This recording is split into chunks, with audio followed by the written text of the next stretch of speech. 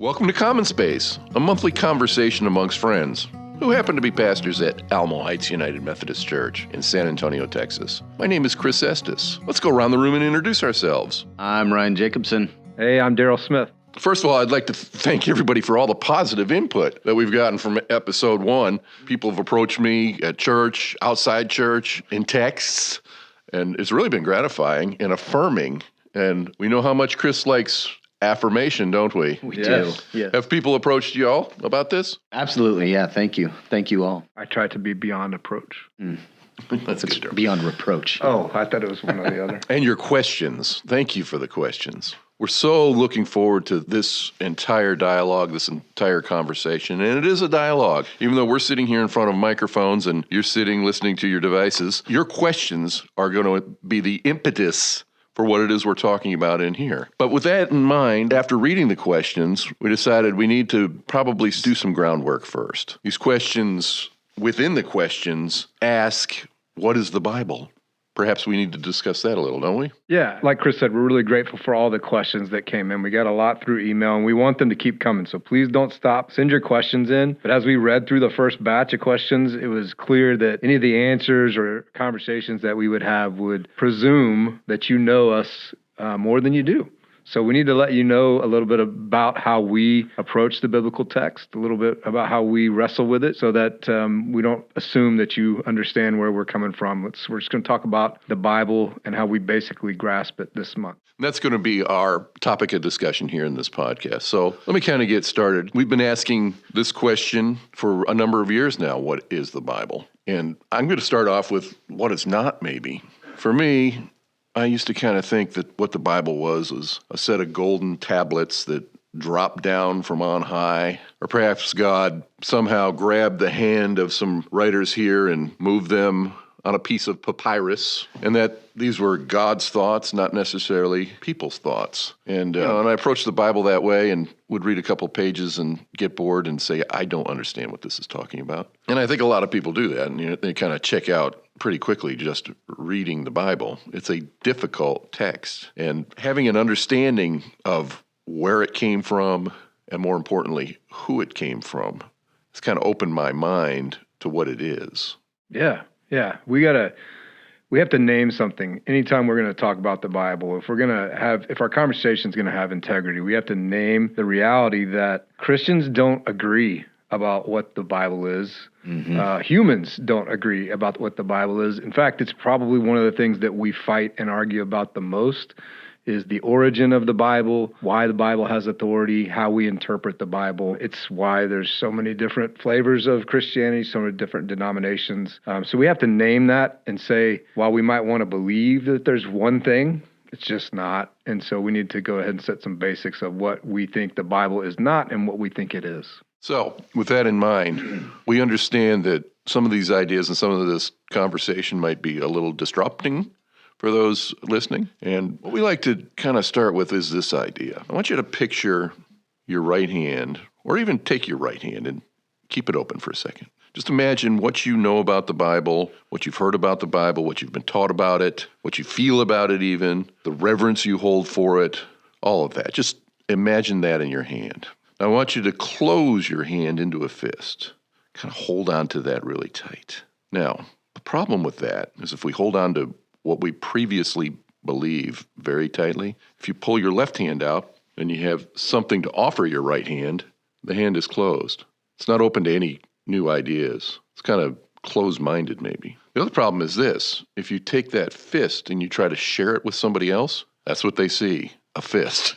And so what we encourage, and this is a good visual for me, is to kind of come here and have my hand open still. We're not going to take away what's in that hand. You can keep that. But what we encourage you to do is just have your hand open so that if we bring some new ideas with the other hand, you'll have room for them. And then you're free to accept or reject whatever it is we're talking about here. Keep what you have or get rid of what you have or somewhere in between, and that's just fine. In recovery, we learn one of the keys to recovery is open-mindedness. We're encouraged to set aside any prejudice we have or any preconceived notion that we have about spiritual matters. And that's a path to spiritual growth, is to be open-minded to new ideas. That's what we're presenting here. So we would encourage you, just keep your hand open. Have a posture of openness. Keep your mind open, keep your heart open to receive. So I think it might be the most efficient if we talk about some things that we would discard.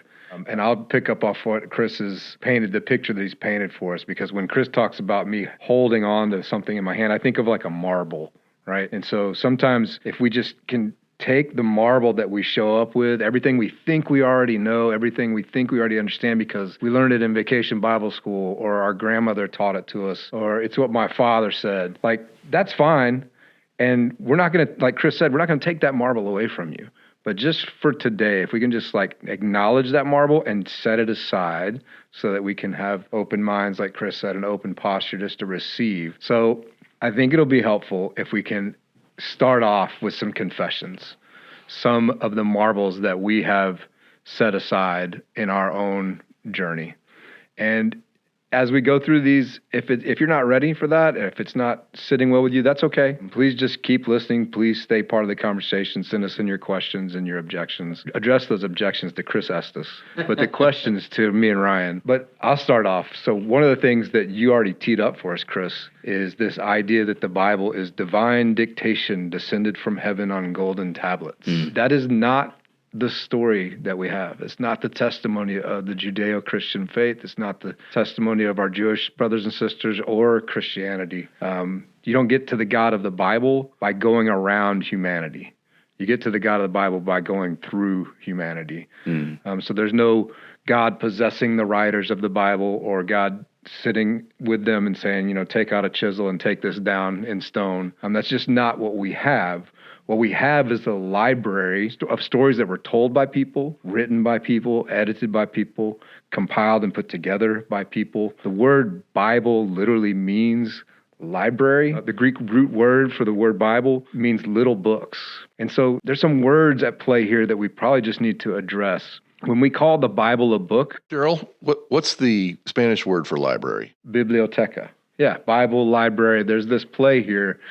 And so the other thing is that when we call the writings of the Bible books, that can also set us off on a weird tangent, because when we think of books today, we think of pretty long writings that are almost always written by someone to people they don't know. And that's not what you have in the biblical library. You have very short, comparatively, very short writings that are written by people to people they know. And so it's a library of writings and stories, but we just kind of have to reframe our understanding. The storytellers weren't possessed. They weren't zombies taking down dictation. What else would you say, Ryan? Well, I'd say talking about the Bible as a library kind of sets up one of the marbles that I've put aside. It's been a part of our tradition often that the Bible is univocal, that it speaks with one voice, that if you go to the Bible and you look at one place in the Bible and another place in the Bible, that it'll say the same thing if we're talking about the same topic. But what I've discovered is that the Bible is much more of a dialogue itself. You've got the book of Deuteronomy that closes up the Torah, the first 5 books of the Bible. The word Deuteronomy literally means second law, and Deuteronomy is kind of a commentary on the first law. And so it is a commentary on what has already come before. It's a dialogue with what has already come before. And as you go through the prophetic literature, those prophets are having a dialogue about what it means to fulfill that law, to live into the narrative,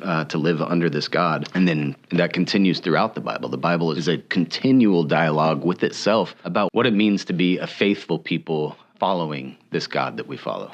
Daryl, is it a history book? Yeah, that's an interesting question. I would say no, it's not a history book, but it does contain history.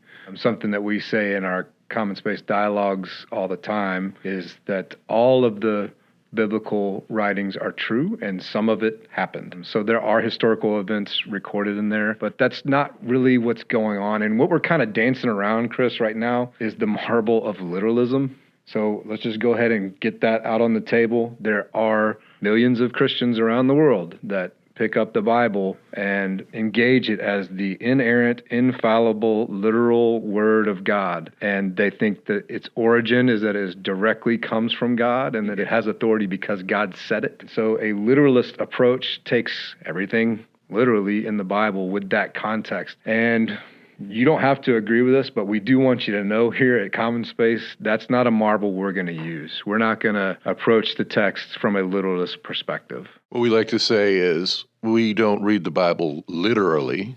We attempt to read it literately.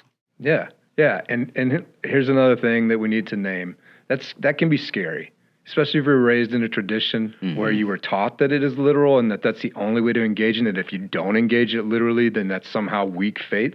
But here's the thing. To affirm a different approach to the Bible, what I would call our approach to the Bible historical and metaphorical, meaning that we're going to look for the historical context of the writings, and then we're going to let the metaphors that are in the Bible create space in our own lives. We're going to let them invite us into the story. And to take that historical, metaphorical approach to the Bible, it doesn't mean that you're denying the reality of God or that you're denying God's inspiring presence in the lives of the biblical storytellers. It does mean, however, that what the Bible has to tell us comes from our spiritual ancestors. It tells us how they saw things, not necessarily always how God saw things, but how our spiritual ancestors saw things. The Bible includes their experiences of God, their stories about God, their understandings of life with God and how we should live, but it's their story, not God's inerrant, infallible, and absolute story. It includes their wisdom, their insight and convictions, but it also includes their limitations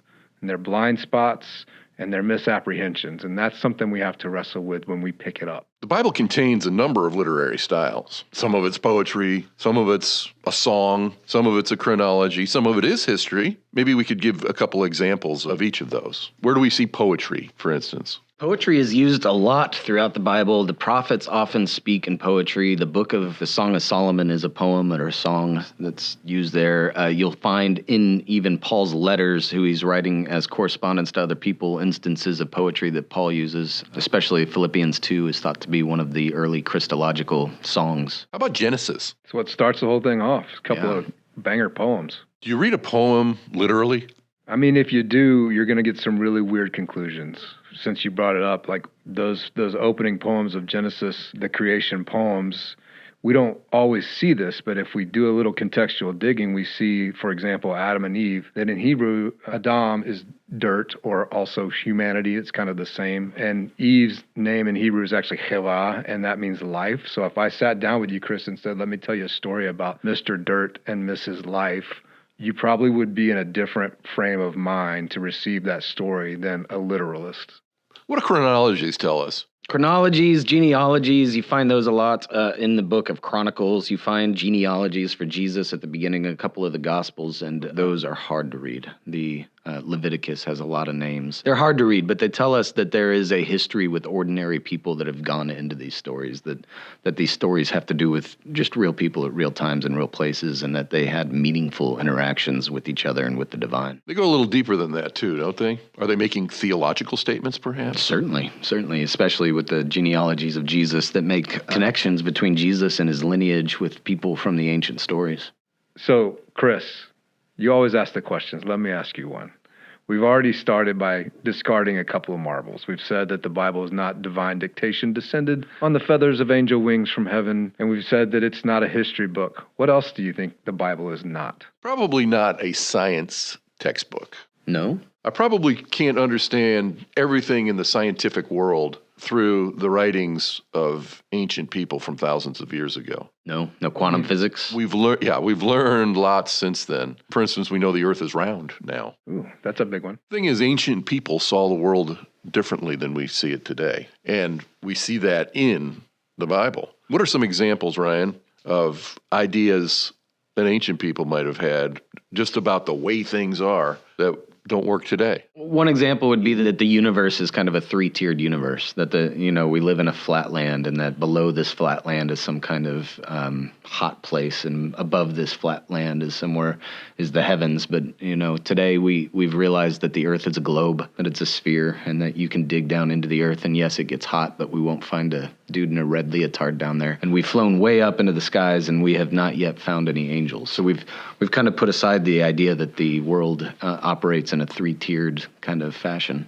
Daryl, I think it's obvious. If we ask the Bible questions that it's not designed to answer, we come up with some weird answers. Do you have any examples of that? Yeah, I mean, we've seen lots of things in our short lives where we have brothers and sisters that take the text literally and try to use them to explain evolution or creation, or they go build a theme park around an ark that is built to the exact specifications of described in Noah's Ark as they understand it. So we do a lot of strange things with this approach. But to what you just said, Chris, when we ask the Bible questions it was never meant to ask, when we ask those stories to comment on things they were never designed to comment on, we're going to get some really strange answers. There's this concept called theory of everything that we all, whether we know it or not, we all come up against it. When quantum physicists are doing their thing, they're approaching reality in the universe one way, trying to come up with a theory of everything that explains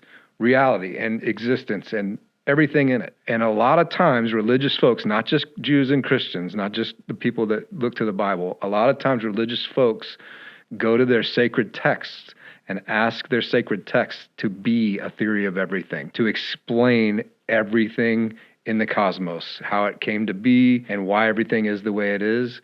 And that's a dangerous road to go down, because you're asking stories that were never designed to be a theory of everything to function as one. And for us to approach it with our 21st century Western American minds is a recipe for misunderstanding, particularly when what we have here is an ancient document written in 3 different languages on 3 different continents over thousands of years by people that didn't even know each other. We don't have a cohesive narrative. So I think what Daryl's saying is context is everything. Right. So, I mean, what we're saying is that, real people that were facing real situations in the world wrote some things down.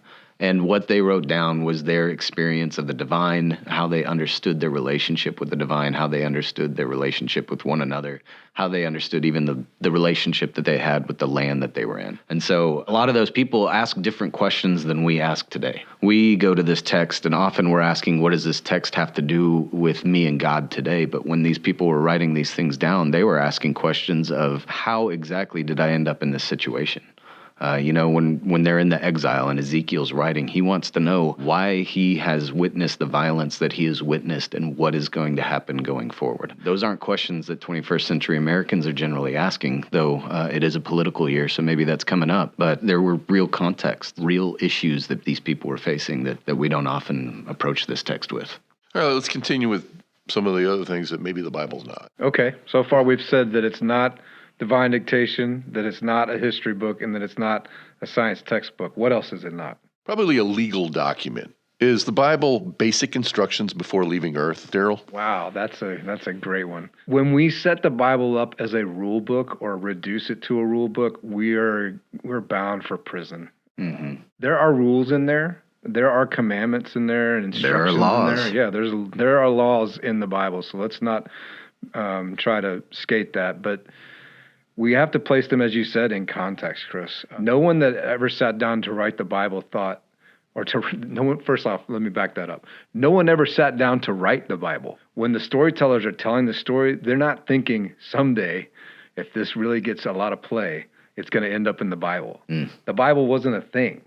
They're writing down their stories and their understanding of God and the divine and how they're wrestling with that.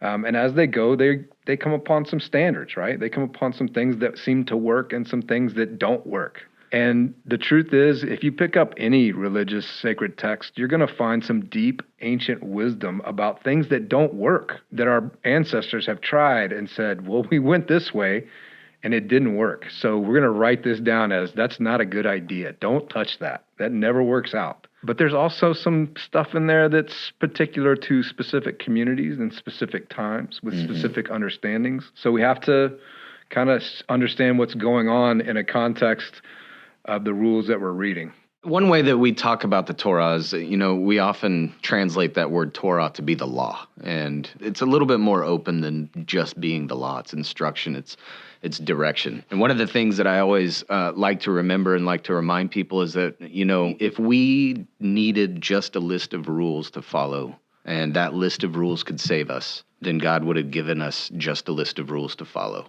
And that would be it. That's not what we get. We do have what people have counted 613 laws just in the Torah itself, just in those first 5 books of the Bible. But those laws aren't just given as a list of laws. Those laws are given in the context of a narrative. And that narrative is a narrative of a God that takes enslaved people and gives them freedom. And when people that are enslaved are given freedom, they can go rather wild. Yeah, I had a conversation about this morning, and if you're growing up in a house in which alcohol is absolutely taboo, and the only thing that your parents have told you all your life is that we do not touch alcohol, when you turn 21 and go off to college, you might go a little bit crazy with your new freedom, right? So enslaved people are being set free in the Torah, and the laws are given in service to teaching those people what it means to actually be free. These laws, we follow them because that way we live in right relationship with our God. That way we live in right relationship with each other. That way we live in right relationship again with the land that we're given. Let's continue with this discussion of what the Bible is through the lens of what it's not. It's not really a proof. It doesn't exist to prove that God exists, does it? Yeah, I don't think so. I think there is deep wisdom in there that can prove things to us, deep experiences in there that can prove things to us. But yeah, I completely agree, Chris. The Bible doesn't exist to prove to you that God is real. And when we pick it up as a proof, we forget that the Bible's a library. And just kind of picture a library in your mind right now, like an actual physical building library. Libraries don't exist to prove things to you. Libraries exist to house other stories and other writings. Like they collect stories and they keep and pass along the wisdom of people that have gone before. But the library doesn't talk about itself. It doesn't prove itself. Except for that section on librarian studies. Yes, the librarian studies section, or the one about the Dewey Decimal System. But like when you walk into a library, you understand that what you have in the room or in the building is the collected writings of people with all kinds of different experiences from different places, perhaps even different times and different languages. So that's what we have when we have the biblical library. Picking it up and saying this is a singular proof kind of denies what it actually is. It is there to be inspirational, and it is there to be educational. So no, it's not a proof in the sense that it's proving to us some sort of existence, but it is there to provide us with, you might say, kind of a playground with which to explore the divine reality as other people have experienced, and in comparison to your own experience. The rabbis say that there's black and white on the pages of the Bible, and the black is all those letterings, and there's white. And we are, when we pick up that Bible, to fill in that white spot with our own experience, that we're supposed to be in conversation with the text that we're given, not just setting the text aside and leaving it untouched, but that we're supposed to wrestle with it. The word in the first Psalm that says, I meditate on your law day and night, that word meditate is the word hagaz, and that word means something more than meditation. It means to chew on. It's the same word that you use to describe a lion eating meat. You chew on this text. It's something to interact with. It's not just there to provide a static proof. I think what I hear you saying is that the Bible is intended to initiate conversations, not end conversations or settle conversations. Man, that'll preach. Right? And that kind of goes on to the next idea of what the Bible might not be, and that's a test. I've heard it said, the Bible says it, I believe it, and that settles it. Meaning, I need to just read it, believe it, or there's something wrong with me, or my faith is not strong. I just need to blindly believe whatever it says without an understanding. And I don't think that's what we have, is it? No, yeah, you're right. Those go hand in hand. When you set the Bible up as a proof, then you've just created the option of you can either accept the proof or reject the proof. And now we're having a test. We're having a test to say, well, you accept it, you're in, good job. And if you reject it or reject part of it, you're out, and we're worried about your eternal soul. So it's not a test. It's not there to test you. There's no pop quizzes in the biblical library. If we read something in the Bible that doesn't add up or doesn't make sense, that's not a test to see if we'll just blindly believe it and call that faith. If anything, it's an invitation to go deeper, to learn more about the context. Why isn't it making sense? What are we missing? What aren't we understanding? What can we learn about what was going on in the lives of the people that wrote it? Even the way that we use the word test is an interesting thing to talk about if we're talking about the Bible. We, in our Western society, we use tests to gauge progress, right? We use a test to gauge whether or not somebody has learned the things that they are supposed to have already learned. I just went through an experience in which I was tested yesterday of whether or not I am where I'm supposed to be. But in the biblical text, when you read the word test, particularly in the Hebrew scriptures, there is an implication to this word. This word test does not mean to gauge progress. It means to actually teach. The testing is something that's supposed to teach you something. So when Abraham is tested, it's supposed to teach Abraham something. When Moses is tested, it's teaching Moses what it means to be more of the leader that God is calling him to be. And it's actually interesting usages of the word test when God says, do not put the Lord your God to the test, because it's not just, testing where God is, gauging where God is, but to put God to the test is to imply that you're trying to teach God something, that God needs to learn something more. That's where that divine anger comes from in those statements. Let's just briefly now talk about what the Bible is, shall we? What do you think it is, Chris? Here's what I like to say. It's a library of progressive apprehension, written, compiled, and edited by our spiritual ancestors as an authoritative source of meaning and wrestling with the nature of reality. God, humanity, life and love, suffering and loss, life and existence. In recovery, what we do, we share our experience, strength, and hope. All right, what we were like, what happened, and what we're like now. And I think I like to approach the Bible through that lens sometimes, like all the time. This is the recollection of people who experienced the divine, who wrote it down in ways that they understood and the people that were around them understood, in the context that they understood and lived in. And to approach it from that view is helpful for me, is to see it as not necessarily, like we said before, divine dictates, rather human recollections and descriptions of their encounters with the divine. That's what the Bible is to me in some respects. Yeah, it's a beautiful point, Chris. Like, people may be familiar with the 2 Timothy 3:16, which says all scripture is God-breathed, and the word there is theopneustos, which gets translated as God-breathed or God-inspired. And that's such a beautiful picture of what's going on there. One of the things we have to confess, though, is that when the writer of 2 Timothy writes that, the Bible or any scriptural canon doesn't exist yet.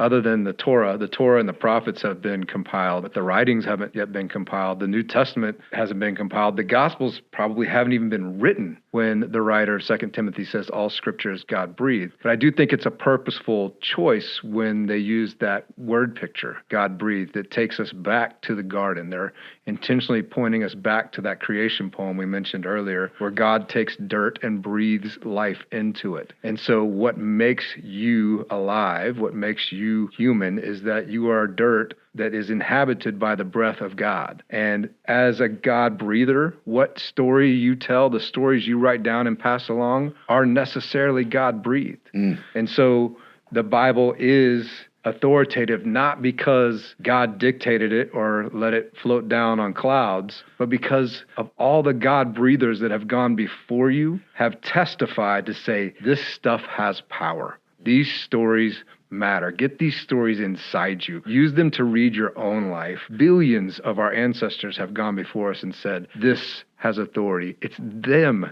It's their voices that give it authority. Those God breathers, that same breath of God that's in you, that's in all the biblical texts.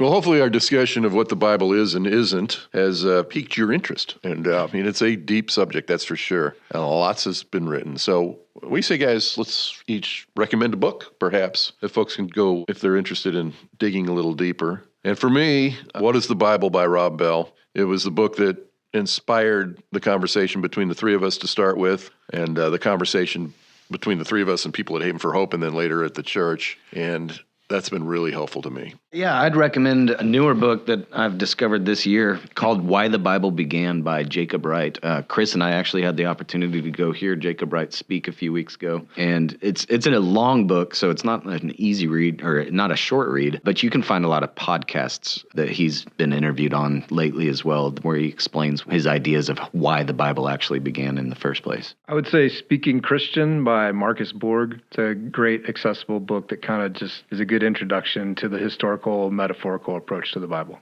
All right, let's wrap up. And the Bible is an interesting, difficult, beautiful, living, yes, document. It's poetry, it's songs, it's parables, it's stories, it is history, it's inspired, it's inspiring. I highly recommend it.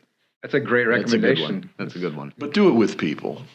It's intended to be read and discussed in community. In the meantime, thanks for the questions again. Keep sending them in. We're going to set a little groundwork next month also. We're probably going to talk about God. I think that's a good idea. We've talked about this Bible, and we probably need to get some groundwork about what we mean when we talk about God. After that, we'll start fielding your questions. Yeah. Thanks, everybody. Keep it coming. Now, in the meantime, may your eyes be filled with wonders, your heart full of joy, and your footsteps firm as you walk with God. Thanks, everybody. Peace. Thank you for listening to this episode of Common Space. Don't forget to follow or subscribe to this show so you don't miss a single episode. If you have a faith-related question you'd like to submit to the show for the chance of it being featured on a future episode, visit ahumc.org/questions to submit. That's ahumc.org/QUESTIONS. If you'd like to contact the podcast team, email us at podcasts@ahumc.org. That's podcasts@ahumc.org. You can also visit our website, ahumc.org, anytime. Any related links are also in this episode's show notes. Again, thank you so much for being a listener. We truly appreciate your time.